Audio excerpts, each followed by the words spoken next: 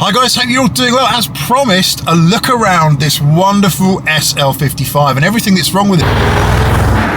But before we do, I have to say, please, there's thousands of you out there that know way more about these cars than I do. I've only had it 3 weeks. I've always loved them.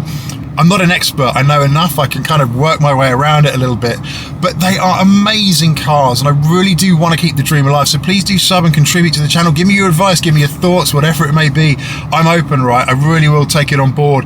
I'm really looking forward to the ownership experience of this car. In fact, I'm enjoying it already, but we're going to get it ready for spring and for summer. And, you know, the R107s have crept up in value for sure now. They're quite expensive. R129 could be next.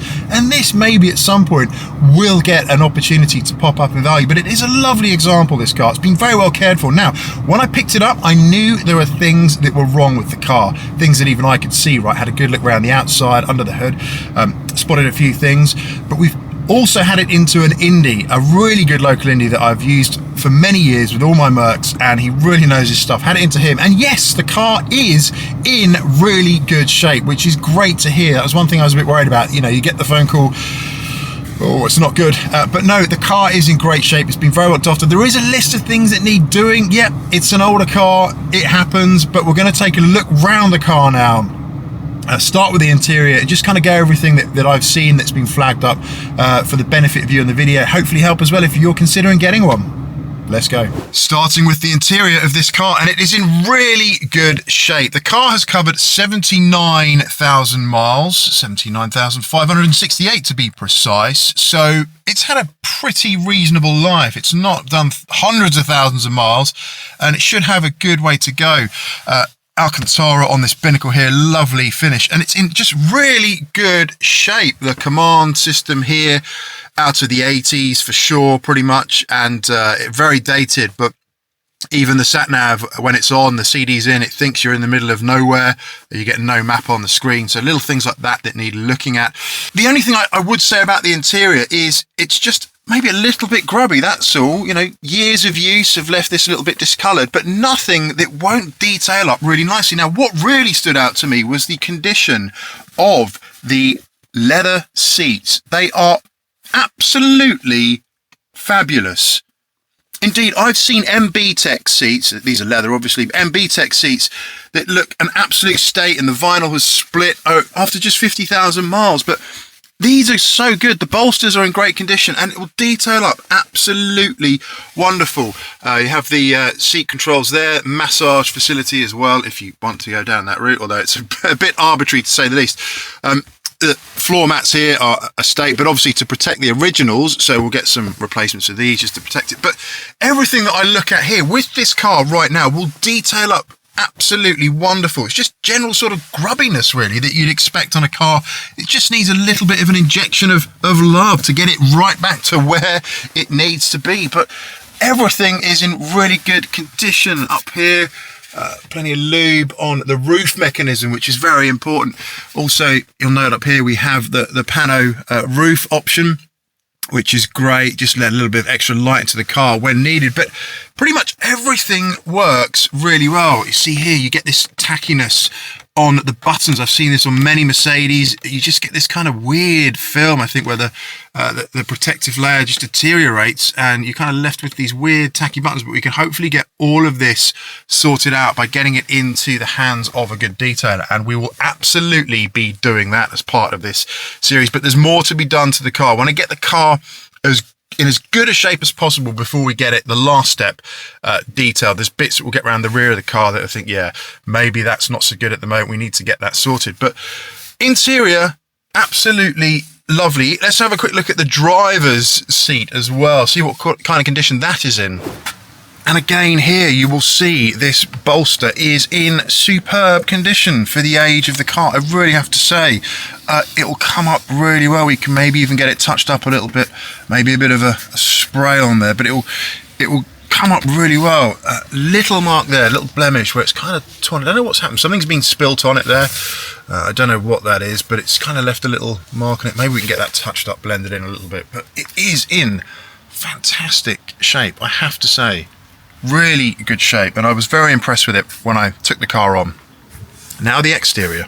The exterior paint of this car and the bodywork is in really good shape. Aegean blue, which is quite a rare colour for this car.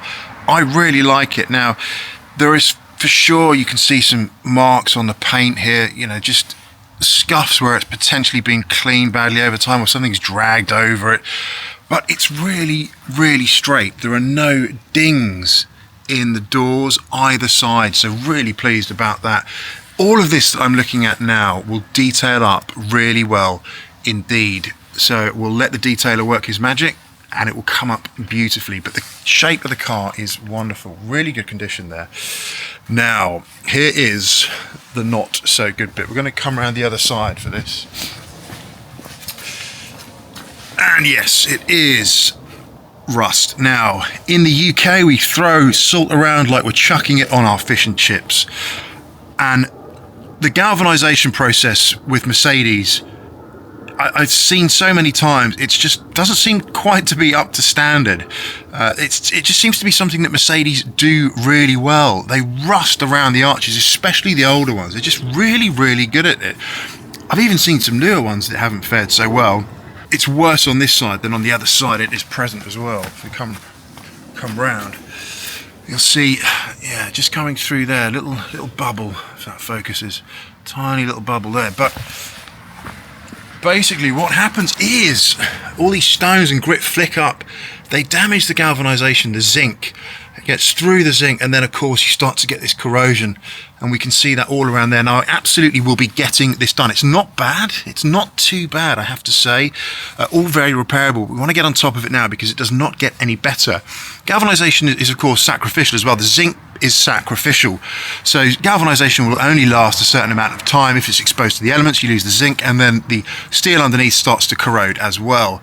So that is just something that you have to kind of consider with the old Mercs. Is, yeah, you're fortunate to find one that's in really good shape in the UK. Obviously lower mileage ones that have been garage, ones that have only been dry use, you won't get this, but this car's obviously been used, 79,000 miles.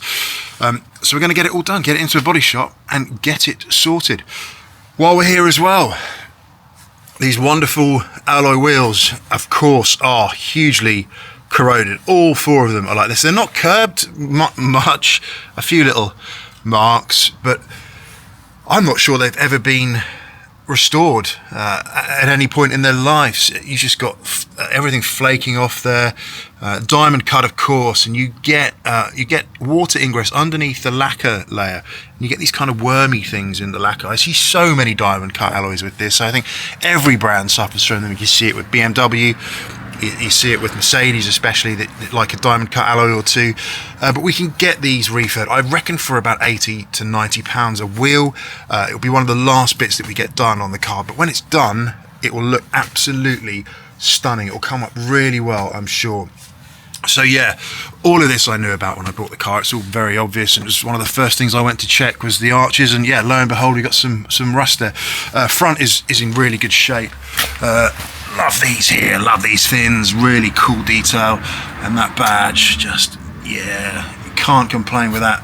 You see this other alloy here, of course not in great shape, but otherwise it is looking really good indeed. Next up, the boot and the roof mechanism all works perfectly now. My boot catch seems to be permanently stuck out and you can't use it. So that's something that we need to get looked at. Any advice on that would be appreciated, because that's a bit of a funny one for me. It probably just needs maybe a bit of lube. We can open the boot using this, and up pops the boot.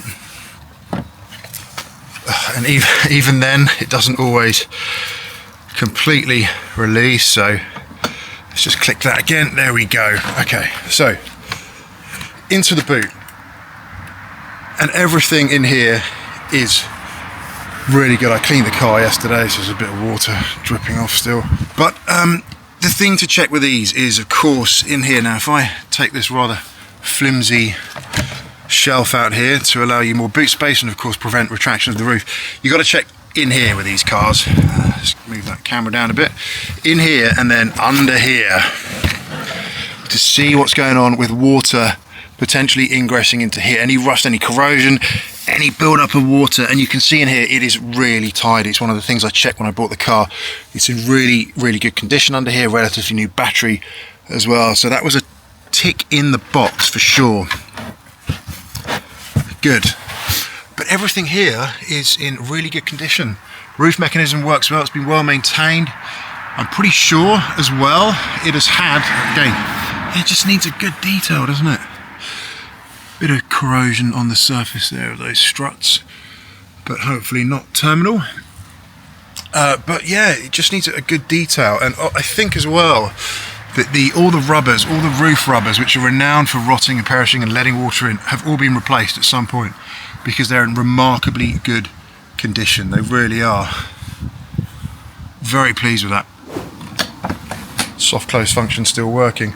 Another thing as well is the ABC all works. The car raises and lowers, but this particular corner, the offside rear, sits a little bit higher than the other side. Also, it creaks a little bit when it's being raised and lowered. So I think this is an area that might need attention when we get the car back into the Indy to work his magic on the car. Also, there is a little scuff there, and also a mark on the, yeah, under there, a scuff, which we can get done. But yeah, you can see this side here is a bit lower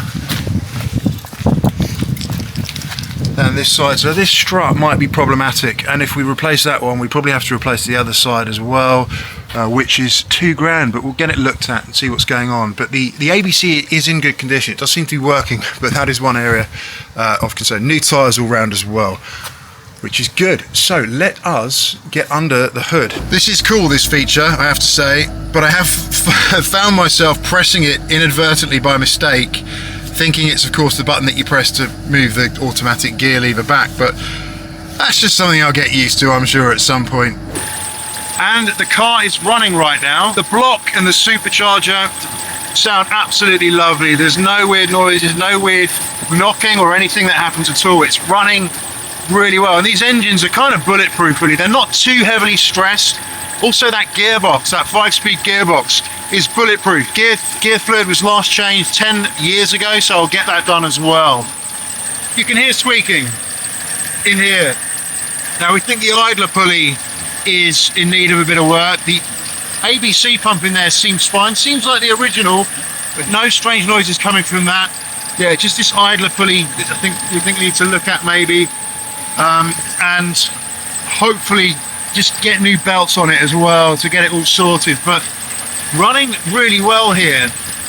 The other thing to note as well is, of course, this is a V, right? It's a 8-cylinder V, a V8, and we can see in there some wheat coming from the gasket, the rocker cover, the valve cover gasket. Now, if I look in there, it looks like it's a relatively new gasket, and if I look at the previous history of this, there are indeed jobs for the near side and the offside rocket cover, but they are weeping, and the Indy guy thinks that they might not have been done properly. It might have been a bit of a quick job where they haven't fully accessed it and done a proper job. So we do have a tiny bit of wheat coming from there, and because it's a V, obviously the block kind of sits like that, and you have a situation where the oil just kind of naturally flows down that way and gravity pulls it out. Different to, of course, if you had an inline 4 where everything is flat, and of course you don't have that problem necessarily. So we'll get that looked at. SPC here, everything working nicely with this, no major issues. The other thing we need to talk about is on the front end of the car, the front sus either side. So we'll get inside to do that whilst this car's running. But as you can see, really good condition, right? Just looking forward to getting it all detailed.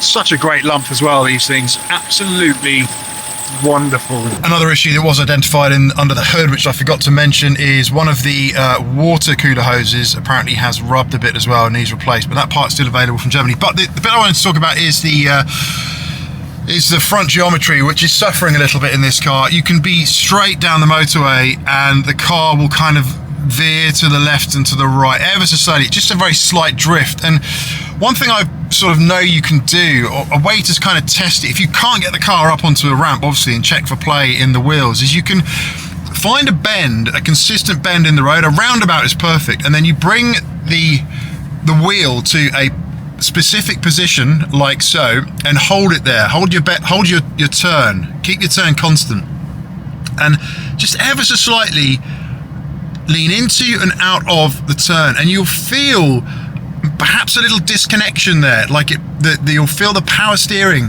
bite and then release and then bite and then release. You just feel like there's a bit of disconnection. You have to have been driving cars for a long time, I think, to kind of know, be familiar with what you expect. But that is one good test you can find. See if there's any play in any of the thrust arms, control arms, etc., that kind of thing with the car. So this is absolutely flagged up with both control arms that need doing, both sides, and also the ball joint. Obviously the bushes, over time the rubber deteriorates and you get play in them. You just get play over all the bumps in the road, etc. That can all be sorted relatively quickly, so we'll need to get that done. But yeah, the tracking of this car right now and the steering of this car is an area that is definitely suffering a little bit, for sure. So we'll get that fixed as part of all the jobs that we're doing. But it drives really nicely. The gear changes are smooth, really smooth. There's no jerkiness there, which is great. As I say, these boxes, so I'm told, are supposed to be bulletproof, so fingers crossed it holds up that way. So yeah, that is a quick overview of the car and the condition that it is in right now, which is good, right? I think really good shape. I'm so excited to get this ready for spring, for summer, get it on the road, and just have a good time with it. That's what it's going to be for. You know, 79,000 miles. It's not a garage queen for sure, and it never will be, right? So you buy an older classic car with 20, 30,000 miles on the clock, and you don't use it because you're scared to, because that low mileage is exactly what makes that car unique. It's the USP of that car, if you like. So kind of defeats the purpose. It just sits in the garage and rots a bit, right? Get an older car with a few more miles on the clock, not too many, you don't want an absolute beater, and you take it out and add a few more. It's not going to make a big difference, which is what it's all about, right? Enjoying them. People that are saying, oh, you know, don't use it now to keep the value on it. I think once you're at 79,000 miles, it's just a car you got to enjoy. But I want to get it. I want to get it looking as good as possible. Why not? The car absolutely deserves it. It's such a nice car, such a good car. It just feels like I owe it. So we'll get that done. So do sub, do like, really do appreciate it. Follow the channel.